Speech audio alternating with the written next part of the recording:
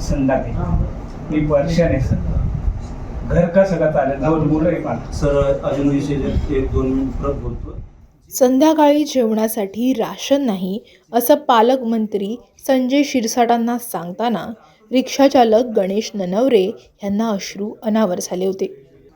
छत्रपती संभाजीनगर शहरात एकूण 12 LPG gas pump आहेत. मात्र त्यापैकी केवळ 4च पंप सुरू होते. दुर्दैवानं कालपासून ते देखील बंद झाल्यानं हातावर पोट असणाऱ्या हजारो रिक्षाचालकांचं अतोनात नुकसान होत आहे. गॅस मिळत नसल्यानं रिक्षा रस्त्यावर उभ्या आहेत. परिणामी रिक्षाचालकांच्या कुटुंबावर आर्थिक संकट ओढावलंय. रिक्षाचालकांच्या शिष्टमंडळानं पालकमंत्र्यांची भेट घेऊन गॅस पंपावरील वाढते दर आणि ब्लॅक मार्केटिंगबाबत तक्रार केली आहे. मी पर्शन आहे सर. घर कसं का चालेल? 2 मुलं आहे मला सर. अजून विषय 1-2 मिनिट परत बोलतो. जे चार्जिंग रिक्षा आहे साहेब, ते चार्जिंग रिक्षा बेभाव कुठल्याही रेटनं घेऊन जातात. त्याच्यामुळे ऑटो रिक्षा चालक, लायसनधारक, परवानाधारक तो नंतरचा विषय. आता पहिला एलपीजी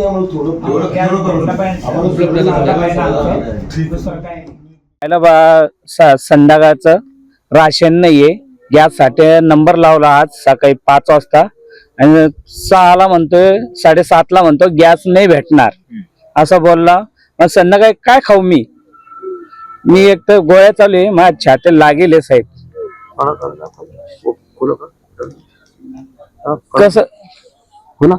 कसं दिवस काढावं आम्ही? रडू नका. सध्याला खायला नाही. यावर संजय शिरसाट यांनी तात्काळ जिल्हा पुरवठा अधिकाऱ्यांना फोन लावून कडक शब्दात सूचना दिल्या आहेत. शहरामध्ये एलपीजी गॅसचा जो काही तुटवडा होतोय ऑटो एलपीजी गॅसचा मुळा, हा कंपन्याच्या काही अरेरावीमुळे सुद्धा होतोय. मी आता पुरवठा अधिकाऱ्याला सांगितलं, त्यांनी सांगितलं की आपलं काही नियंत्रण नसल्यामुळं मनमानी त्या टायमाला हे गॅस खरेदी करतात. गॅस नाही अशातला भाग नाही, गॅस आहे, परंतु आम्ही नाही खरेदी करणार. काय करायचं?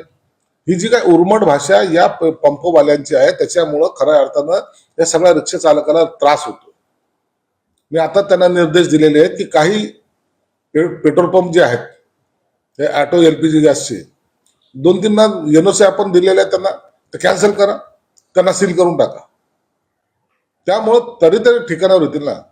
यामुळं जो रिक्षा चालक हातावर त्याचं पोट आहे, त्याला आज जर तो गॅस भेटला नाही तर त्याचं कुटुंब उघड्यावर पडेल ना. 5 दिवस झालेत त्यांना गॅस मिळत नाही. म्हणून आता ही कठोर कारवाई करण्याचे निर्देश मी पुरवठा अधिकारी आणि जिल्हाधिकाऱ्यांना दिलेले आहेत. आता तातडीने ते कारवाई करतील अशी त्यांच्याकडून अपेक्षा आहे.